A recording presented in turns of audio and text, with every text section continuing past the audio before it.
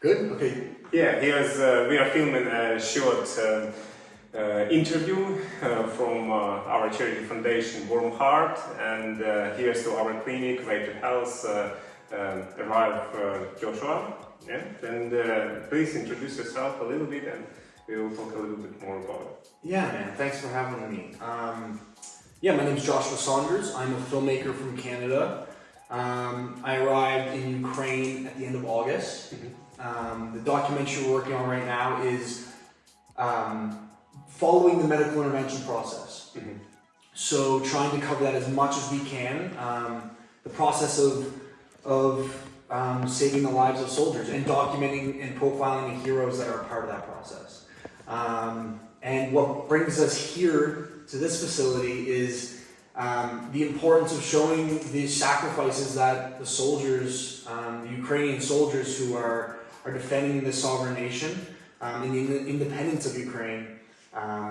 We wanted to showcase a little bit of their sacrifice and what they're going through, because it doesn't just end when they're not on the front lines. I mean, they're here and they're working to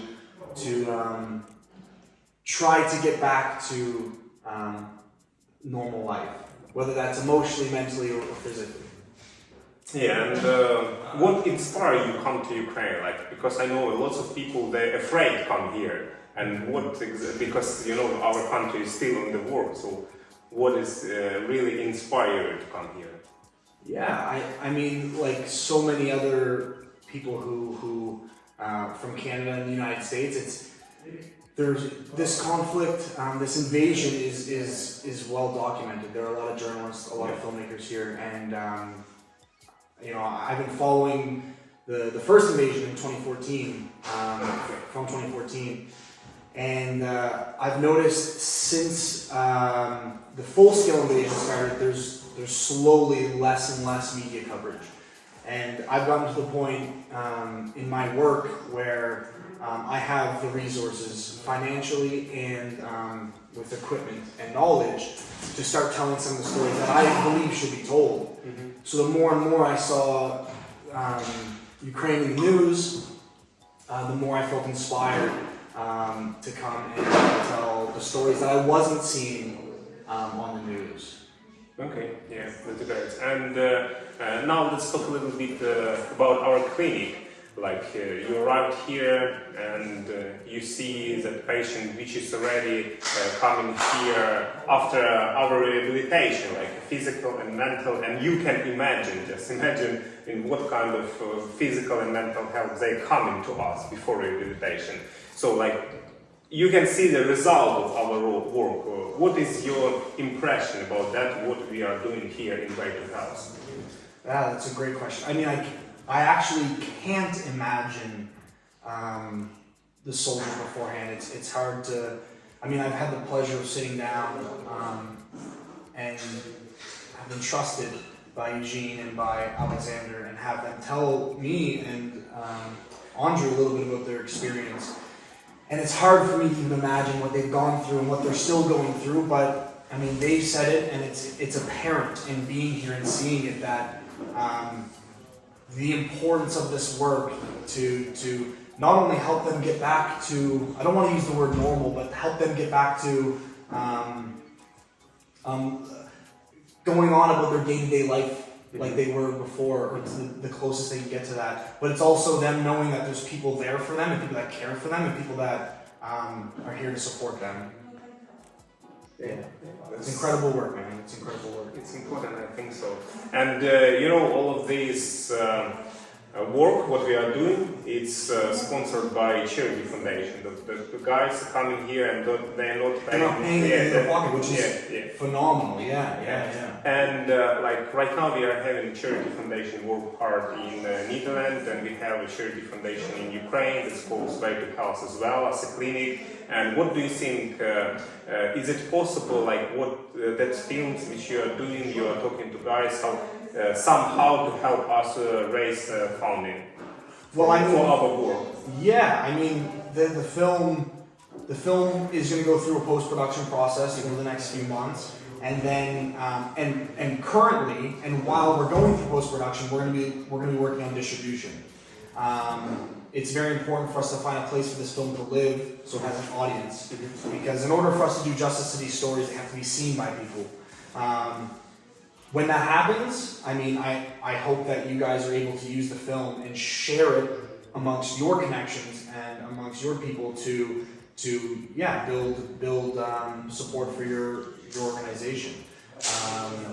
Ideally as well, we were talking that whatever footage doesn't make it into the film, I'm more than happy with sharing with you guys for you to use for your social medias and stuff. That should not be a problem at all. Okay, that sounds like helpful. Yeah. And of course, the last question is like, what do you expect your audience after watching this film? What kind of feeling do you want to?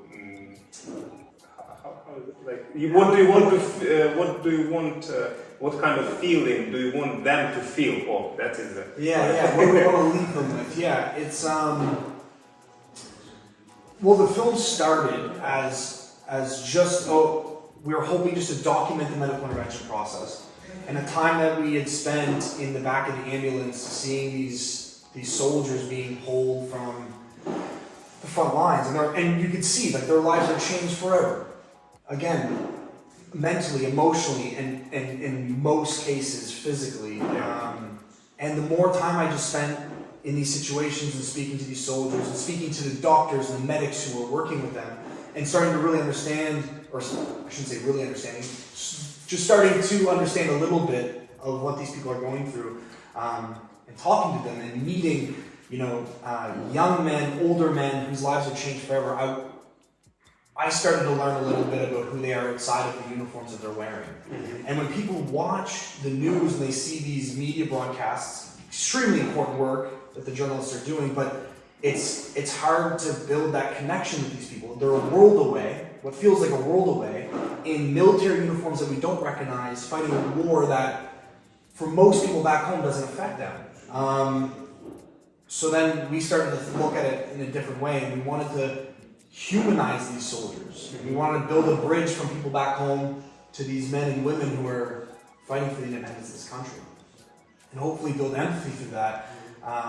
So people look at them outside of the uniforms they're wearing and see them as fathers.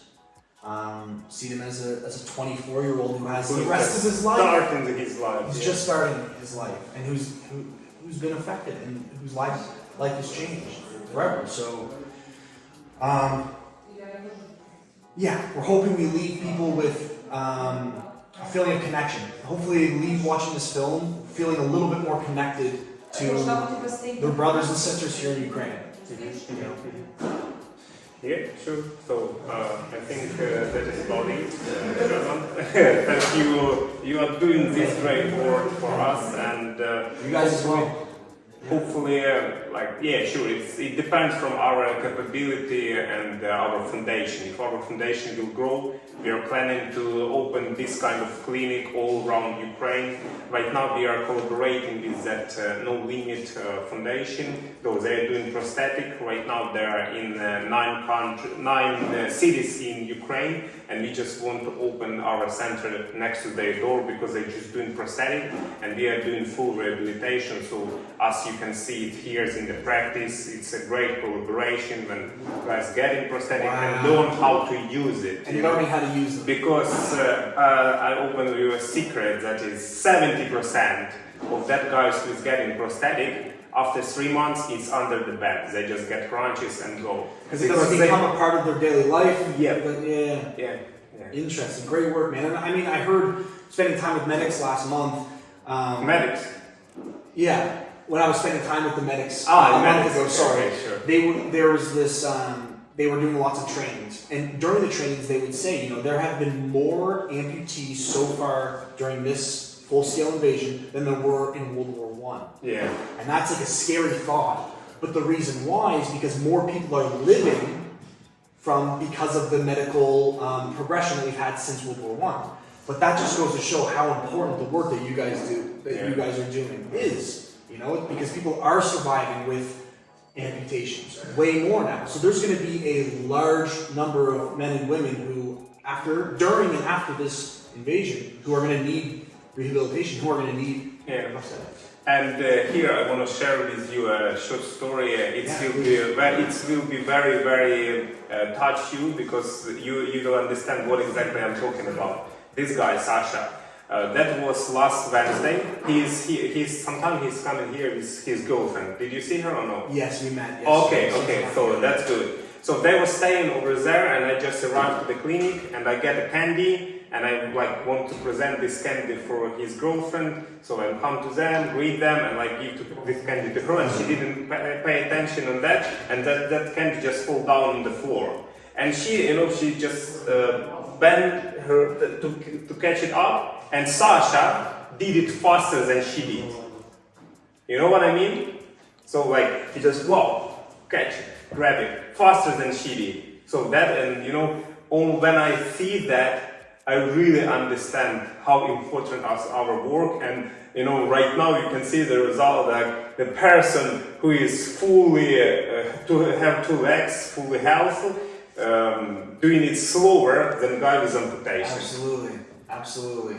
Yeah. That's a short story which you really understand. No, I appreciate it. Yeah.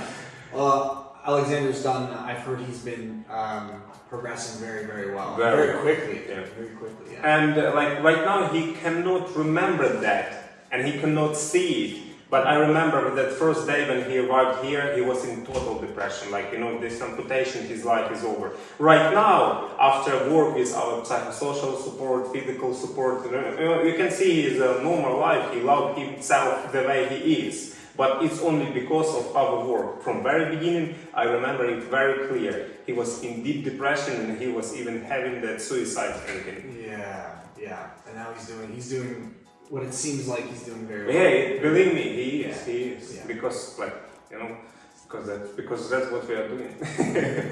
Okay, that seems like time is over. You can turn it off, but.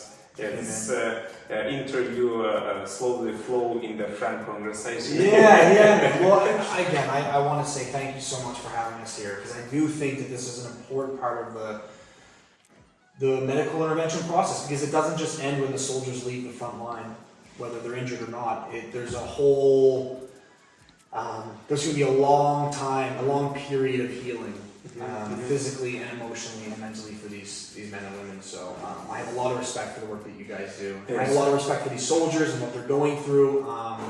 And I hope that this film can do justice to them and their stories. Mm-hmm. Yeah, sure. And our point is just to give people around the world knowing what we are doing here, and just support us with the nation, because we really want to do it big, and without that support behind our back, we cannot do that. Mm-hmm. That you understand it. Absolutely.